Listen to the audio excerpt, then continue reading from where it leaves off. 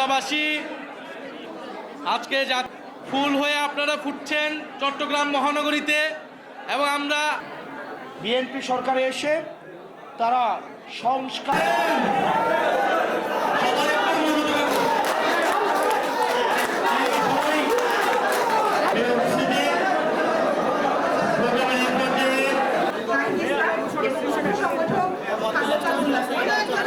বাংলাদেশকে পুনর্নির্মাণ করার জন্য চট্টগ্রামের মুখ থেকে আমরা বারবার জানান দিব। গণঅভ্যুত্থানের মহানায়ক নাহিদ ইসলাম যে কোনো অধিকার হরণের বিরুদ্ধে হচ্ছে গিয়ে কাজ করবে ইনশাআল্লাহ। বিশ্বাসঘাতকতা আজকে জুলাই রক্তের সাথে বেইমানি করছে। বিশ্বাস